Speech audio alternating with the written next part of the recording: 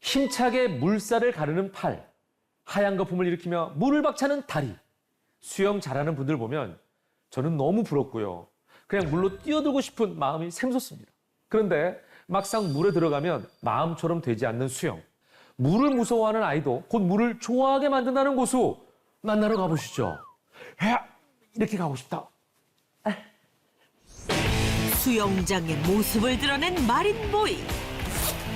물속으로 거침없이 몸을 던지더니 멋지게 수영을 하는데요. 오늘의 고수는 혹시 수영 선수? 안녕하세요. 수영 영재를 길러내는 유아 수영 강사 정명준입니다. 유아 수영 강습의 정영준 고수입니다. 광주광역시 남구의 어린이 수영장. 수영 조기 교육에 특화돼 있다는 곳인데요. 고수 못지않게 자유자재로 물속을 가르고 다니는 어린이들의 능숙하고 안정적인 자세가 한껏 돋보입니다. 모두 고수가 길러낸 수영 영재들이라는데요. 광주광역시 교육감대에 섹셔널 애들이라서 지금 조금 저희가 좀 느껴보는 친구들이에요. 아직 어린 아이들의 실력이라고는 믿기지 않을 정도의 솜씨. 땅에를 밟는 것보다 수영하기가 더 즐거워요. 실력자 양성에도 탁월하지만 초심자 교육에 더욱 자신 있다는 고수. 손이 먼저 다 뻗어지고 그다음 발차기 가는 알겠지? 자 해보자. 시작. 손 뻗어주고 발차기. 맨눈으로 수영 자세를 관찰한 뒤 무엇을 어떻게 고쳐야 하는지 짚어주니 실력이 일취월장하지 않을 수 없습니다. 선생님이 가르쳐 주셔서 팔 돌리기 같은 게 더 수월하고 쉬워졌어요. 그리고 또 더 빨라진 것 같아요. 대회에 나가서 1등 할 것 같아요. 고수만의 특별한 수업, 바로 물공포증 극복 수업입니다. 얘들아 수영 안 하고 뭐하고 있어? 왜 물장구만 치고 있어?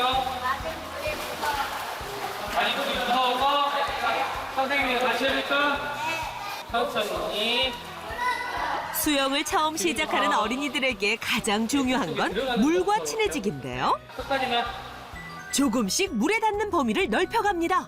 자, 입까지 들어가면 입까지. 차근차근 서두르지 않고 나아간 결과 머리까지 잠수하는 데 성공한 아이들. 턱, 입, 코 순으로 들어가게 되면 한 번에 들어가는 것보다 공포심이 좀 더 덜하게 되고요. 이렇게 되면서 이제 아이들이 좀 자신감도 얻고 이제 그런 편입니다. 고수가 고안한 또 다른 극복 방법.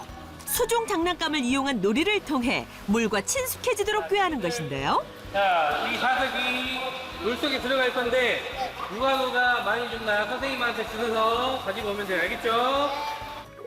친구들과 함께 어울려 노는 과정에서 물에 대한 무서움이 점차 사라져갑니다. 방금 전까지 물이 무섭다며 움츠렸던 모습 따위는 온데간데 없어졌는데요.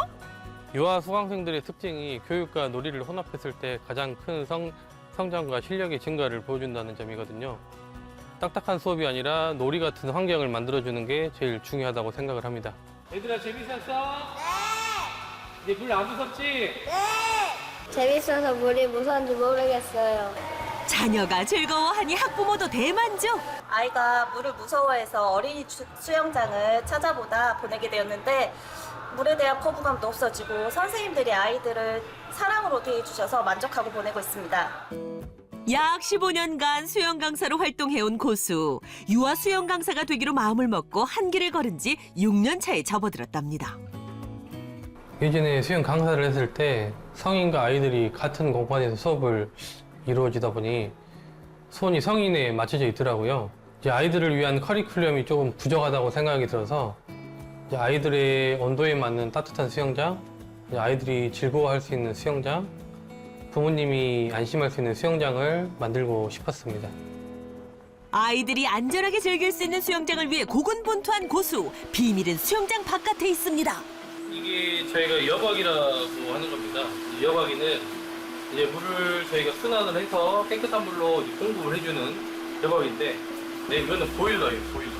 여름인데도 저희가 33도 세팅을 지금 하는 상황이에요. 염소, 발색, 장치입니다, 이게. 아이들은 이제 춥지도 않고 이제 신나게 놀 수 있는 환경이 되는 거죠. 깨끗한 수질 유지를 위한 고수만의 방법이 더 있다는데요. 정제소금이라고요. 이제 수영장 안에 이제 뿌리면서 저희가 이제 소독을 하는 용도로 쓰고 있습니다. 성장기 어린이의 피부 보호를 위해서 소금을 사용한답니다. 쉴 틈 없이 이어지는 고수의 업무. 수업 일정표를 조율할 차례인가 본데요. 한 강사당 한 반에 5명씩만 저희가 수업을 짜야 돼요. 그러다 보니까 잘하는 친구들, 못하는 친구들도 있겠지만 그 부분을 좀 고려해가지고 그 반을 짜야 돼요. 그게 지금 고민이 좀 많고요.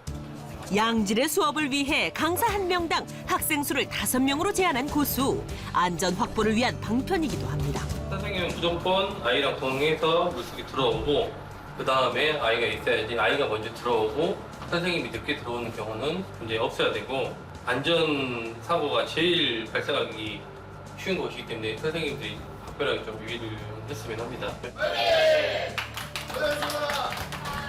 배우는 아이들을 생각해서 가르치라는 건 항상 강조하시기 때문에 그런 점을 조금 배우면은 저도 강습하는 데 도움이 되지 않을까. 아이들이 편하게 오고 싶어하는 수영장을 만들어주시는 분 같아가지고 저희도 막 힘든 거 없이 즐겁게 잘 일하고 있습니다. 어느덧 마지막 수업이 다가왔는데요. 이번 수업의 필수품이라는 구명조끼. 여느 때와는 다른 긴장감이 맴돕니다. 고수의 평생 수건이라는 이번 수업은 수중에서 위급한 상황이 벌어졌을 때 스스로를 지키는 생존 수영. 자, 이 상태에서 최대한 빼고, 자, 만세 해볼 거예요. 자, 발도 최대한 벌려야지 힘을 뺄 수 있어요. 빠르게 헤엄치는 일반 수영과 달리 최대한 체력을 비축한 채로 버티며 구조대를 기다리는 것이 목적입니다. 한국이 어린이 익사율이 높은 걸로 알고 있습니다. 안전을 위한 유아 생존 수영 교육을 더 공고하게 만드는 것이 제 목표이기도 합니다. 고수에게는 한 가지 꿈이 있다는데요. 지금은 어때? 참된 선생님이 되는 것이 소원이라고 하는데요.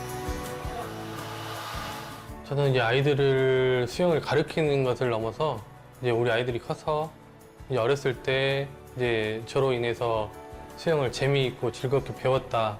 유년 시절을 함께하는 선생님으로 남았으면 하는 바람입니다.